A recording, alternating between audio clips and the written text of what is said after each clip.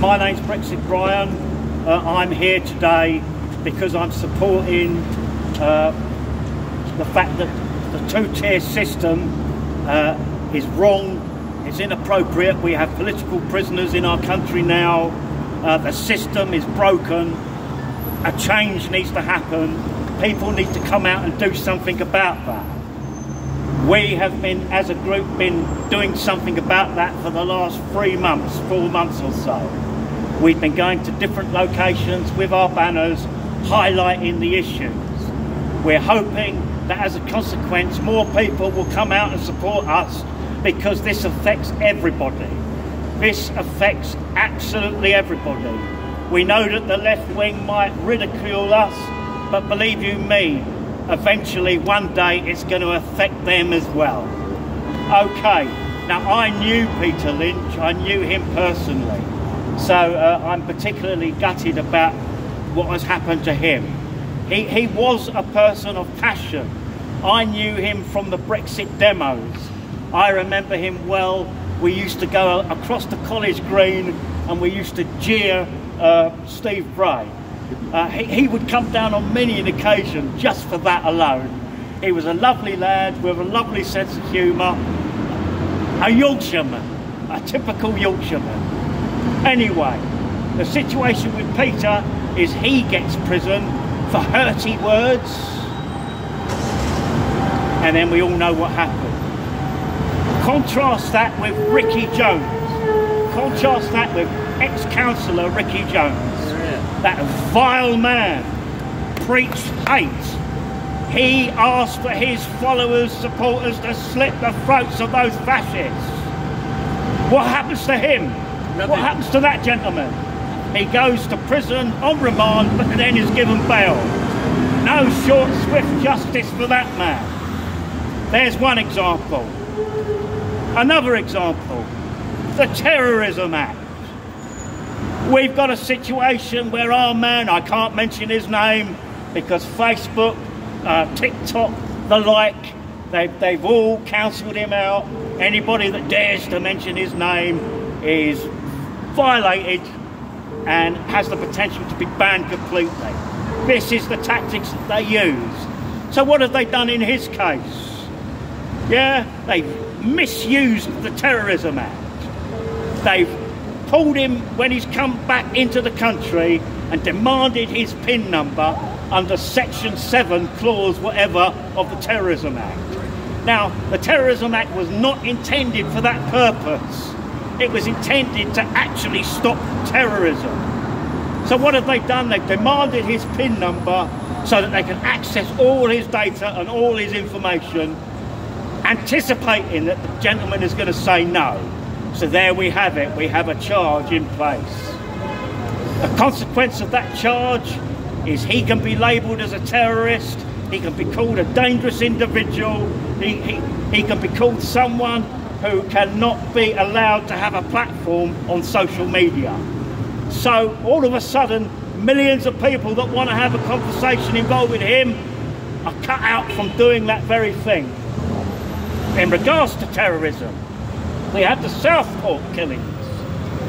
My God, at the time, I don't know about you guys, but at the time I said to myself, this looks suspiciously like a terrorism act. I mean, you don't get too many people going around deliberately killing children, do you, in that kind of method and way?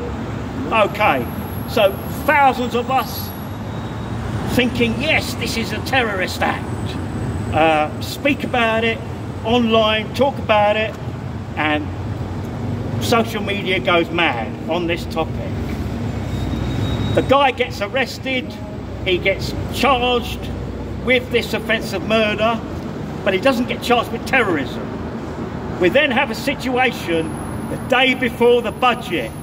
They disclose the fact that this guy had razin, that this guy had access to Al-Qaeda material. I don't know anyone's definition of terrorism, but that is definitely mine. The question here is, when did they know this? I personally believe that they must have known it within a couple of days of visiting that gentleman's property. So Starmer and the political establishment hid that truth from us. Yeah. Starmer and the political establishment have a responsibility to the public. Yes. For the truth. Hundreds of patriots have been locked up, thrown in jail, because they dared to comment against this situation. This is unacceptable. We are living in a society now that is in real danger. We have to galvanise patriots. We have to galvanise peacefully and do something about this. My last point is the media. Now, as far as I'm concerned, the media in this country is an absolute disgrace. They are untruthful. They hide the truth. They deny the facts. They hide evidence. In any democracy, you need a media that is fair and reasonable. But instead, we have a media that sucks up to the establishment. It's not good enough. It's not good enough, and something needs to change. How that change occurs, inevitably it's going to have to be political. Now, there are many, many patriots here who are reform supporters, and I can see the reasoning behind that. You know, reform appear to be the biggest potential to get the Tories and Labour out. Myself, I'm not into reform one little bit. My reason for not being into them is that they are cowardly when it comes to taking on the woke brigade.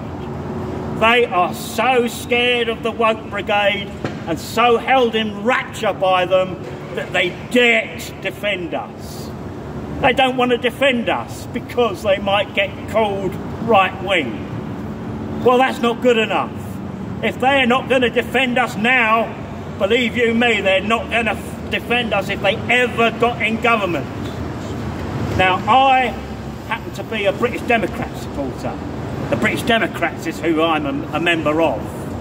But I quite like UKIP also. And my advice to anybody that is unsure is to look at these two parties. Do not fall for the trap of reform.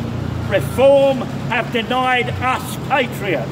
They have never defended us on any of the issues that matter, and they've betrayed our man. Thank you very much.